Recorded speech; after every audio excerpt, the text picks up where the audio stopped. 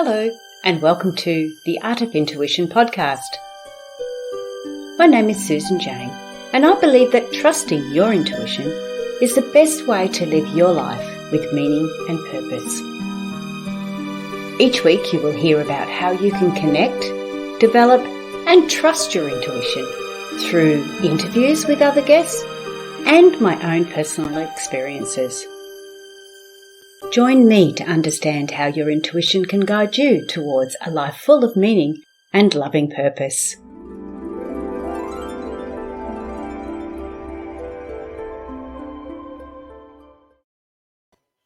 Good morning. Oh, I shouldn't say good morning because it's afternoon sometimes, but it's morning for me now. My name is Susan Jane and welcome to the Art of Intuition podcast. So I will be your host today, and we have the lovely Ulrika.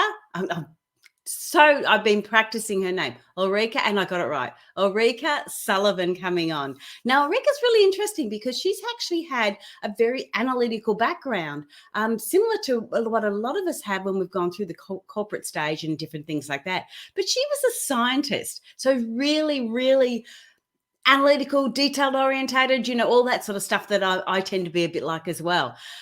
So when we're looking at where Ulrika is going to take us, she's looking at these 7. Now, I called them steps, and they're actually called shifts. She calls them shifts, not steps. So it's not like you do a step and you learn that and then you go forward. With a shift, it's all changing and all evolving as we go along. But she's going to tell you all about that because that's her expertise, not mine. So what I need to say first of all is please like, share and subscribe to the podcast so we can get it all out there that trusting your intuition gets your life right on purpose, and it's really, really important for us. But with no further ado, I am going to invite Ulrika to the stage. How are you? Hello. How are you this morning or afternoon for others? Yeah. But for you, it's morning. How are you? Good. So it's afternoon for you, morning for me. I'm in Australia. You're in? I'm outside Boston in Massachusetts on the East Coast of the United States. There we go. See, because I get a lot of American and Canadian guests on here. So I am sort of getting used to me being morning and them being in the afternoon, but it still throws me. Like I'm still not, I still struggle with it. I still say good morning instead of oops, hello. But anyway, enough of that. Let's find out a little bit about you so our guests can get an understanding of your background, who you are, and how on earth you got to where you are today. Yes, I'm excited to share this time with all of you today. And I started out as a scientist, as mentioned before. And I spent about 20 plus years in the corporate world and the pharmaceutical research and development career, if you will. And if you picture kind of the definition of a successful woman in the way society often is having expectation on us as women, business travel, a full schedule, high paid job and degrees and all of those things. And it actually, and I loved my career for the time it was, but it was a time where I started to feel there's got to have to be more. And in parallel, my career actually ended by me having a rock bottom. And often when we evolve or are given an opportunity to choose in life in terms of our life path, it hits where it matters the most to us. And for me, I identified completely with my career. And I'm sure many of you can identify with that we are our career sometimes. And that's what happened to me. So my life change came to a rock bottom, basically, that I was let go of my job. And that brought me in a spiral, if you will. But I realized very soon that I could choose here to either go another cycle and learn some more, or choose to go down the path of stepping into the unknown and see it as an opportunity. And this is the short version of my Yeah, I can imagine. my Well, that would be because I really understand that. You do get involved in your career, and your whole life is worked around it. You know, if you're having children, if you're, going on holiday, everything is worked around that. Even if it isn't a career, that job, everything is worked around it. And we do identify with that as being who we are. So when that's taken away from us, you do really feel very, very stranded, very, very lost, don't you? Yes. And so fast forward, I this opportunity to actually change my career path completely, because now I'm an intuitive spiritual life coach. I'm an energy healer. I'm a yoga teacher. I'm an author. So like imagine that shift from having spent all of my adult career in a corporate setting where following the template, so to say, sometimes. Wow. And Yeah. now it's a completely different flexibility. And I also, have tapped into my true gifts that I wasn't able to in my previous, path and career. So that's an opportunity that has been presenting itself to me, and it involves expanding beyond what we know, which is part of what I write about in my book as well. Wow. Okay, so you've gone from a 20-year, very analytical, very, very detailed, scientist work where you're working for R&D. You said R&D, research and development, didn't you? Yeah. Yes, and Which, I mean, that is very, very detailed. That's even more detailed than what I do. And you've gone to almost the opposite extreme, where instead of having all this information that you have to follow, you have to tick boxes, you have to, only change one thing at a time to see what's happening, to going with your gut, just trusting. yes, Oh my goodness, it's almost like from being grounded to just flying, isn't it? it It's is. so different. Yeah, it's quite an experience to walk that path of expanding yourself into something that is so unfamiliar, but so familiar. Yes, yeah, absolutely. And you don't understand it until you've sort of gone through it, do you? You just don't get that. What I want to ask, and I'm asking this because when I was writing out the description and everything else for the podcast, I've written it down as 7 steps.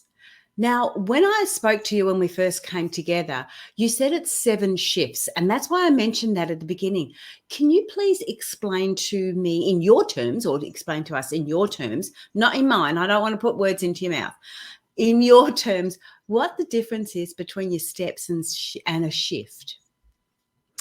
So, just to back up a little bit, when I first came to these 7 shifts or steps, and to answer your question, I think steps is more of the domain of the mind in a way, because that's how we want it to be, right? Step 1, step 2, step 3, step 4. Yes. But when we talk about shifts in what I'm going to share with you is really an evolution, an inner evolution. And steps often can be something we receive from the external world, like do this and here's how you do it, while a shift is a journey.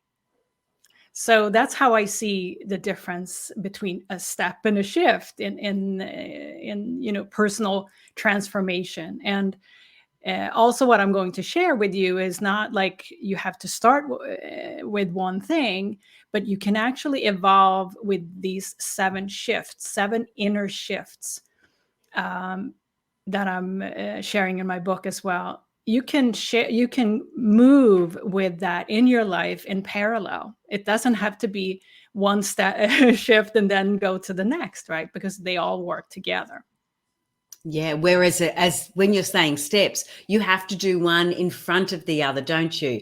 In a physical context, a step is you go forward. You do one step first. You can't do step 10 before step 2. Right. And that's often how we perceive Perceive it, yes. instruction. So just Yeah. another example of when we are up in our heads, up in our minds, we want the stepwise approach often, right? Step by step. Yeah. But when we are in the intuitive domain of the heart, many times, and you know this too, it's a journey. There are things that come together, mesh together, and it's not like one dimensional. It's multi-dimensional, and that's what I teach in my book. Yeah, no, that sounds really cool.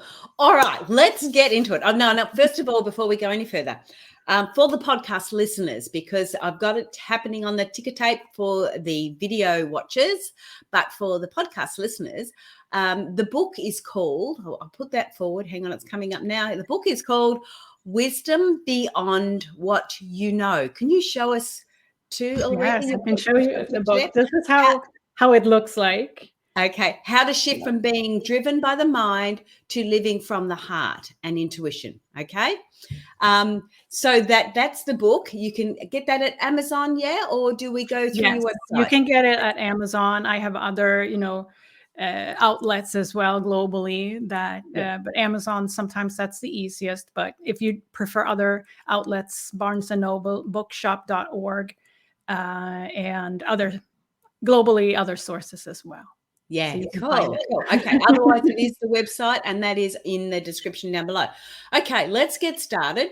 The 7 shifts. Okay, now we don't want to give away all your IP, intellectual property, that's for sure. And we do want people to buy the book if they want the details. But let's just go through those general areas, just so people get an understanding. And if they do want more details, they can go to the book for that.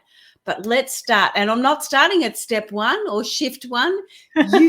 We can, but so you start where you start. The whole idea and what I teach is really to help us go from being up in our heads, where we are, often are making a lot of assumptions or self-doubt stories that the mind makes up. And I want to help you shift into your heart energy, which is really not an energy of this or that, right or wrong, which often we're stuck with when we're processing things with our mind. When we are in our heart energy, we just are. It's just, there's a truth that comes through, and our heart is really connected to our intuition and the connection to the rest of the universe, and in a way that we can lessen the frustration, resistance, the self-doubt, if you will, because many are familiar with those types of energies that we deal with every day. If we are starting to lead with our heart and intuition, we can just know what's right for us. And that and we can also get into more ease and flow in our life that way. So doesn't that sound great? Absolutely. Yes, it does.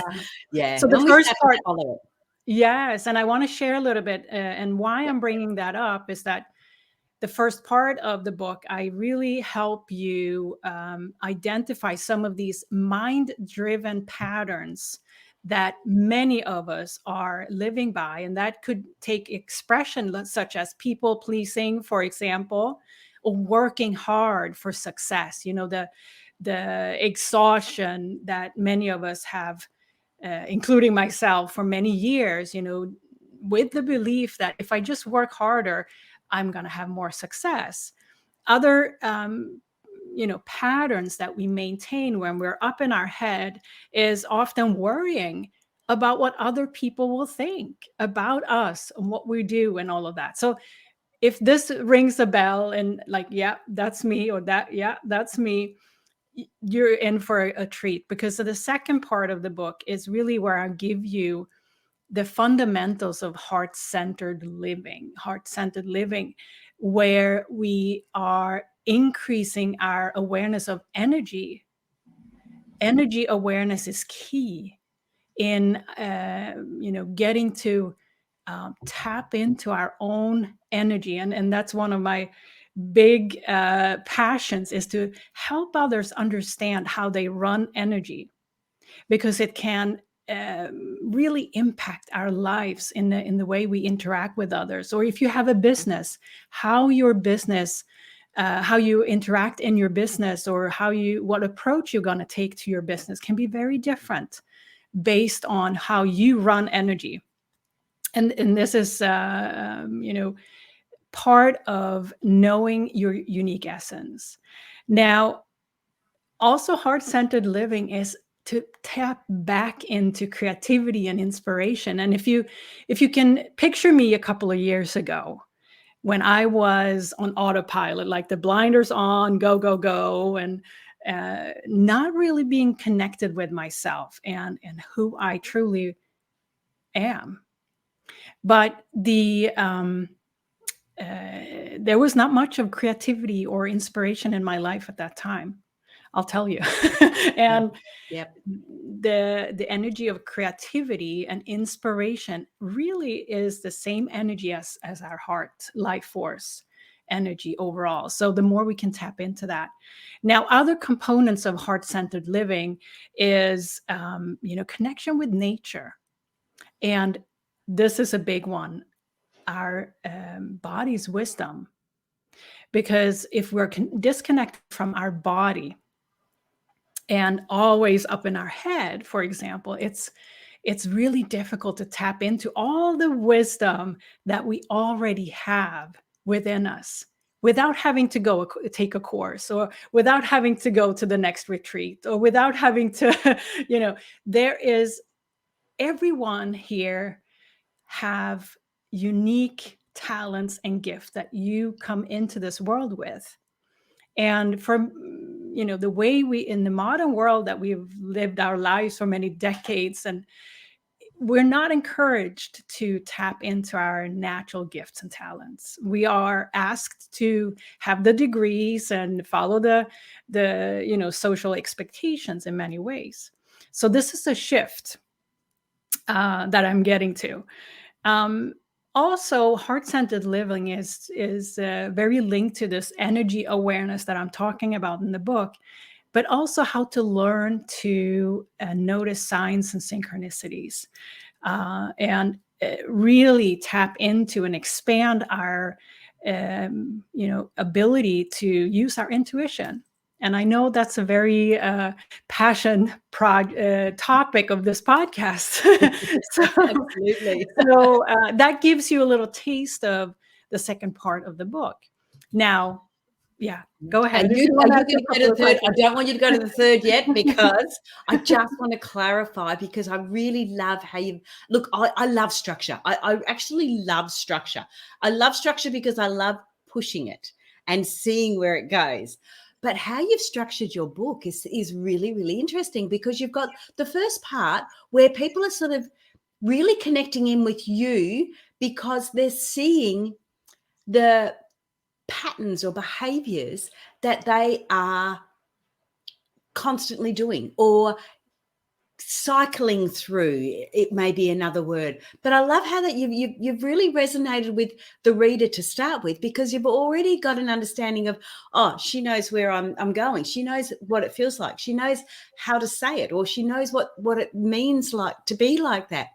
Then the second part is almost like the teaser and saying, whoa, this is what you can be like. Here's some heart-centered living. Here's how you do this. Here's how you do that. So you've got a whole nother concept in there. And then finally, we go into the shifts and how you actually do it. I love how you've structured that book. That is amazing, because it really gives people an understanding of what they could be doing better. I won't say wrong. What they could be doing better, what the results could be, and then, hey, here's how you can get them. So I really that's really good. Now, a lot of people, because I'm an author too, so I really understand that side of things. So it's really lovely to see how you are taking somebody on a journey in that book, in your book, Beyond Wisdom Beyond What You Know, how to shift from being driven by the mind to living from the heart and intuition. It actually takes you through there. All right. So sorry, I had to just, I just had to do it. I just love it. I love it. I love that. Thank you. Thank you for, adding that to it, because that's my intention with the book. I'm a coach, so I wanted this book to be something that is not just theory or an idea. I wanted it to be a book that everyone can just take and do, because each chapter, there are 18 chapters in this book, and it includes for each chapter exercises, coaching exercises that you can do to integrate these concepts. So yeah, thanks for noticing that it's yeah. Well, I mean, it helps because, oops, hang on, I better put myself back. I think it helps because there's a lot of people that could look at that book and then go, okay, I'm going to go straight to the back. I'm going to go straight to 3 and see what the shifts are, and then sort of go, oh, okay, well, that's not quite working for me. What am I doing wrong? I better go back to this bit, and I'll have a look at that. Hang on, what do I want to do? This is how I want to live. Let me see what that looks like. So you've got these abilities to move, but you've still got this beautiful story going through it. So it is really cool. And I guess people may not understand it. When I was doing my training, when I was growing up, I used to grab. So I was in a 20-year emotionally abusive relationship, and we didn't have internet then, as I'm sure you wouldn't have in your earlier years as well. You just didn't have internet. You didn't have any way of really connecting. You only had books, and so the only way I could understand what intuition was, and I wasn't really chasing intuition anyway, understand me, was to get self-help books. So every time I went into town, and I only went shopping once every 4 to 6 weeks, I would grab like 10 self-help books, whatever was jumping out at me, and I'd grab them, take them home, take out what I wanted from that book. And I'm a theory tester too, so be forewarned. I would test that theory and see whether it resonates with me. So that was the only way I could get the understanding. So I have read a lot of books, and a lot of books you find that they just start to talk about their lives and don't give anything. They don't give you any help. And to me, a self-help book needs to give you help. So if you've got coaching tips in it, you've got structure in it, it all makes a huge difference to help those that are actually reading it. And we're putting time and effort into reading the book. So you want it to be decent. So yeah, I'm sorry, I've got on my high horse there because I really appreciate a good book. And that's why. Thank you for that compliment and for that feedback, because that means a lot. Thank you very much. No, it's good. And I can tell that just by the structure of it. But anyway, let's go into, stop talking, Susan. Let's go into, we're going to go into the last part of the book, or the third section of it. And that's all about the shifts and what we do. Now, again, I don't want you to give everything away, but I do want the people want to have a listen to get an understanding of how you express yourself and what your book is all about. And the other thing I need to just say is the internet was going a little bit funny then. So if anything happens, I'm just going to keep talking. You just keep jumping whenever you're ready. Okay. Absolutely. We'll go with the flow, right? That's what we do. Absolutely. Yeah. Okay. So let's talk about the shifts. Woohoo. Yes. And these shifts, as I said in the beginning, can actually be integrated in your life in parallel. But I have to say that the first shift that I talk about in the book was placed as the first shift for a reason, because I talk about the shift between going from the comfort zone to making a commitment to yourself. And often that is what people are not doing. They're not making a commitment to themselves, to their own evolution and journey and transformation. And what I found coaching clients also is that if someone is not making a commitment to themselves, however that looks like, and it's a commitment from the heart, everyone that doesn't make a commitment go back to the comfort zone pretty easily. And no change to what they wanted to change in their life is happening, right? So there is some sort of there is some sort of commitment that has to come from within, and I explained that in the first shift, how important that is. And I'm sure you watchers or listeners can relate to this and other things that you've wanted for yourself in life and haven't really 100% committed. We're back to zero often after a little time, including New Year's resolutions and things like that. But I help you in this first shift to actually find the, I would say, motivation to make that commitment to yourself. And that's really, and if that commitment is not there, the rest will not, the rest of the 7 shifts are not going to be as impactful. So that's really the first shift. And what happens often because what I want to add to as well, that the beginning story of the book is my own journey. And it included it includes a description of the journey I went through. But there was a point that I call my point of no return. And that signifies this commitment that I felt within myself to my new life path or career path, is that there was no going back at a certain point. There was no going back to my old career or past way of living. And that's what I want for you as well. Because if you are someone listening or watching this that is frustrated with your life in some part of your life, or feeling contracted or resistance, there is an opportunity to make a different choice and feel that commitment to yourself for a new way forward. And it's important to hear that it is possible, because the comfort zone is something that we know so well. And the mind wants us to stay in the comfort zone and make up all these strategies for why we can't do something. Right? Yes. And one of the first things is like, which I've noticed with people and people and myself, is justifying. As soon as I start to justify what I'm doing, it's like, oh, why do you need to do that? Is your mind not, is it not resonating properly with your heart? Because your mind has to justify it. So it's like, oh, yeah, no, I can't do that because there'll be a reason, I'll find a reason. That's that commitment. And if you want to commit to something, like you're saying, that shift to commitment, as soon as you start to justify it, question yourself. And I don't know if that's in the book or not. Sorry, I may have overstepped my mark there. And it's so essential, and it's an inner journey. And I go deep into how you can support yourself into making a commitment that puts you, I usually say, give you this image of putting yourself at the top of the mountain in your own life. Yes. Where you can be there on the eagle's perch, right? Looking out of your, over your own life. Because when we do that, we can connect with the rest of the universe. We can connect with our, intuition and live from that space.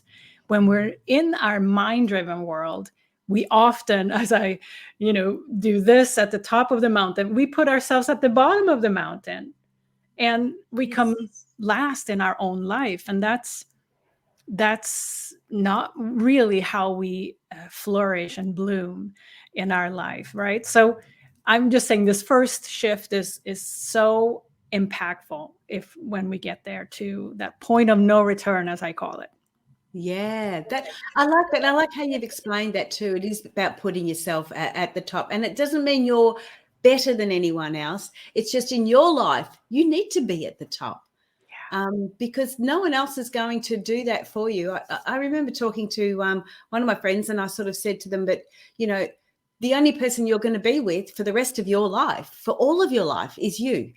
That you're going to have other people coming and going all the time. But if you don't love yourself, and if you don't put yourself there, you're not going to get it. But I like how what you're saying is you're teaching them how to do that commitment. Yes. That is, it's easy to say, put yourself on top, do this, do this. And I get that all the time with podcasters coming on and they're sort of saying, this is what you've got to do. But what you're saying is, I'm going to show you how, or tell you how to do that, to make that commitment. And that's a really, really important step in it. It's a really strong and powerful way of doing it, because once you've got that, like you say, the rest of it you will find not necessarily easy, because this work is never really easy. We know that. It can be. yeah, if we allow it, but the rest of it, makes sense, because if you haven't got that commitment, it's not worth doing the rest of it. It's pointless doing it unless you've got that first step, and you show them how to do it. That is amazing. Cool. All right. So we've still got a bit of time. Do you want to share another one? I'll go over a little quicker the other shifts. Okay, Now, cool. the momentum that we create with the commitment to ourselves, and that we can see it in front of us and written down and all of that, and we can go back to it.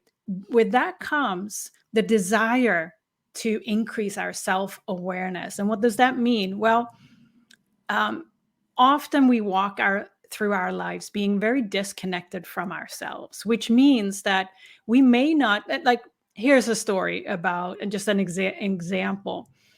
Many years ago, when I was in my corporate career, somebody may have asked me sometimes, like, Ulrika, what do you do for fun?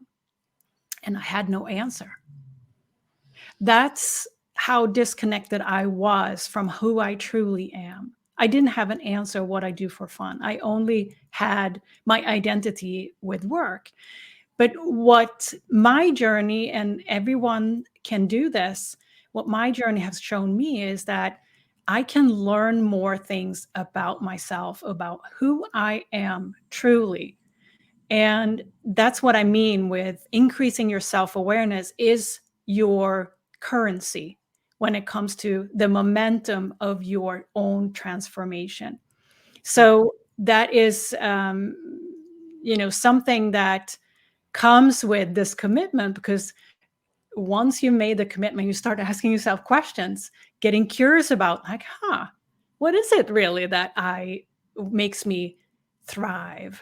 And we may not have the answer, which is fine. We often, when we start this journey, we don't have the answers, and it's perfectly fine. But what is the great part of this is that we're starting to ask ourselves questions.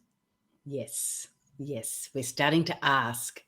Yeah, that's one of my biggest things. You've got to ask. You're not going to get an answer unless you ask, and you might not get the answer, like you say, straight away, but you will get it eventually. Yeah. When you receive it, when you open yourself up to receiving it. Okay. And we can talk a lot about self-awareness, right? But if we move on to the next shift, which is shift number 3, it is to go from being codependent to sovereign. And this, what I mean with that is that codependency, we all have codependency to situations, people in our lives, the past. But what it means is to actually consciously release some of the bonds to the past, or certain people in our lives, or situations that we carry with us that may not serve us anymore. And it's a journey within this shift to become sovereign, that placing ourselves at the top of our own life, truly, and become whole. And that's a shift that's very transformational. It doesn't mean that we go in a cave and be alone, right? That's not what it is, but it is to find that unique essence about you. Again, that I mentioned earlier, about your own unique talents and gifts that you are, excited about sharing with the world. Well, that's really cool. So that's 3 shifts we talked about: commitment, self-discovery, sovereignty. Yeah. Okay, and the 4th one is a big one, huge one. And, all right, that is shift number 4 is to go from learning to embodying. Oh, lovely. Yeah. And what is that? Well, we often, and many of you listening or watching or may resonate with this, is that we want to learn new things, right? I love learning. I have spent many years just taking in new information, the next course, the next retreat, show me the new spiritual tools, right? I want to learn, learn, learn, learn, learn. But this shift is all about integrating that and actually become it. And take everything that you've learned, maybe not everything, but things that you have learned from books, from, all these new things that we always want the new shiny object, right? But at some point we have to take all of that in and integrate it and actually become it. And that's what I mean with talk about in this shift of how we can embody what we've learned. Oh, that's really cool. Oops, hang on. I forgot to press the button. I meant to be back here. Yeah. That's really cool. All right, so we've got 4. We're going to fit the next 3 in. We'll have to be quick. And the 5th one is really the shift from using our logic to come up with our decisions in life to using our wisdom. And that is the shift from tapping into ourselves as a whole person, our heart energy, and not living in the energy of, oh, should I do this? Should I do that? Or I don't know, to I know what is right for me. And that is when we tap into our wisdom. So that's what I talk about in shift 5. Then shift 6 goes, and you can resonate with this too, I'm sure everyone, the template, I call it a template, but the expectations are often of us to go get what we want, like being the pusher. I'm going to go get what I want, right? And I'm going to take the action and I'm going to plan it out for step 1, step 2, step 3, right? To go from that to sit back and allow, which is more the shift from pushing to manifesting. Okay, yep. And that is a huge energy shift within us. And it requires a lot of courage and trust in our ability to attract rather than go get, if you will.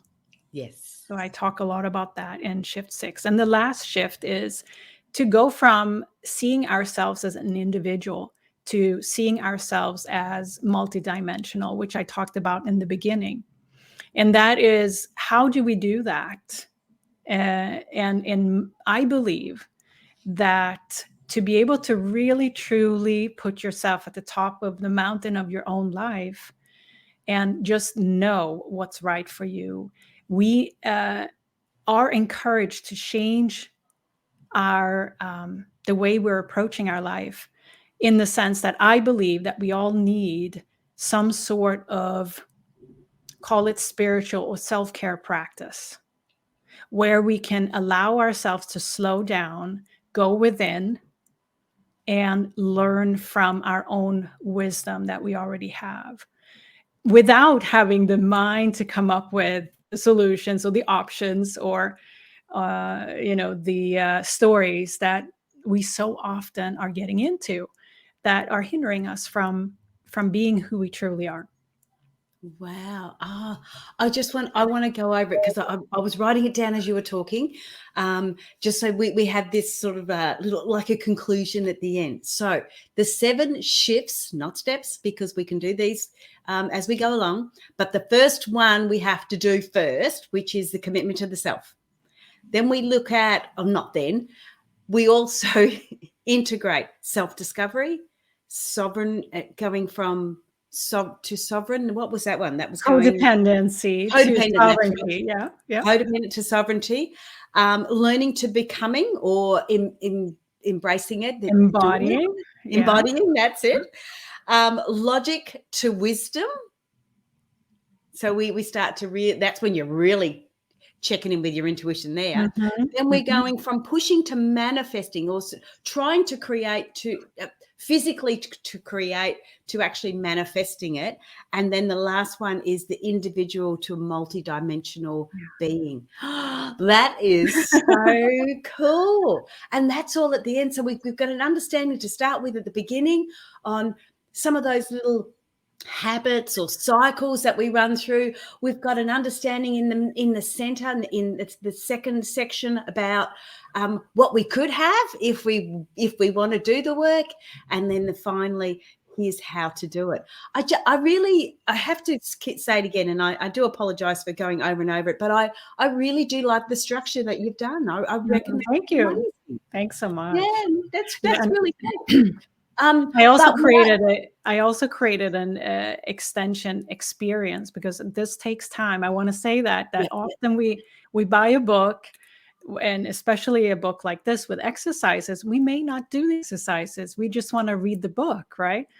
But I wanted to create a longer term experience where we truly can integrate those. So I offer a membership as well that's attached to the book, basically. So the book is the ignition, the inspiration, while this takes time. And I know that by experience, how clients have changed their lives to what they want it to be, but it takes 3, 6, 12 months. yeah, So absolutely. I wanted that experience for everyone. Yeah. That's really cool. And I have to be again open and let you know that I've had a lot of guests on the show, and they have had books, but they've not. I've not been able to create a podcast that actually helps my listeners and still talk about the book in such a manner. So it's the first time I've actually structured a podcast or an episode around somebody's books, because and wholly and solely because I love how you've done it, and I've loved the information that you've given. I would not have let this go this way if I didn't feel it was conducive to the listeners, but I really do feel it's perfect for them. But before we go any further, I do want to say that you have a podcast as well, and it's called New Light Living Podcast. So that's another aspect that they can connect with you if they want to get a bit more understanding of this. And I'm sure you have guests on as well, so they can get an understanding of the different things. The beauty about having guests on the show, which is what I really like, is the fact that you're delivering the same information that I deliver, but you're doing it in such a nice way, or a different way, I should say, a different way that will resonate with others. And that's why I like having guests like yourself on the show, because people are going to go, oh, I get that. Oh, that's, they're going to get their aha moments from your stories or the way you present. And that's the best part. And unfortunately, too many people think that because you're a life coach and you're a life coach and you're a life coach, that we're in competition with each other. No, it's who you resonate with. And the reasons why I read so many books is I wanted to test the theory. I need to resonate with them, and the listeners need to resonate with, or the life coach they want to take on board. So I really, really thank you so much for being on the show. Any last thoughts before you go? Because we do have to wrap it up. No, I just thank you for the opportunity to be on this podcast. And if anyone is curious about my work, go download a free chapter of my book on my website and start there. Yeah, there you go. Okay, the website is I now I got the name wrong again. ulrikasullivan.com. So it's it's in the description, but it's ULRIKASULLIVAN.com. Okay. Yeah. I'll pop that down the bottom there too. Whoops, hang on, scroll across the bottom. It's showing there at the bottom there. So that's Ulrika's website. Get on there and grab a free copy. But thank you so much for being on the show. I've got to wrap it up. It was lovely. Stay online. I'll be back with you in a sec. So you're not allowed to go anywhere, okay? Hey, guys, that was really good. And again, like I said, I do not usually this podcast isn't about promoting books. This podcast isn't about that thing. This podcast is about giving you some ideas and understandings about how you can trust your intuition, how you can live a better life, how you can live a more intuitive life. And Ulrika's book is perfect for that. And that's why I went on and on and on about it, because I really thought it was well worth knowing and understanding what you could get out of it. And I haven't had a lot of books on here that I feel that comfortable with. Maybe that's her scientific brain behind it and my little nerdy, attention to detail that I like. Maybe that's what it is. But I can see you getting a learning from it. So that to me is really, really important. But anyway, that's that. Jump on the Facebook, Intuitive Personal Development by Susan Jane. It's a Facebook group, so jump on that, and you can get free flower readings now it's Tuesday morning for me, but I think for America it's Monday evening or afternoon. I'm doing the free flower readings. Now, flower readings are my tool. That's just my tool that I use to help connect with my intuition, and we all have different tools, so that's just my tool.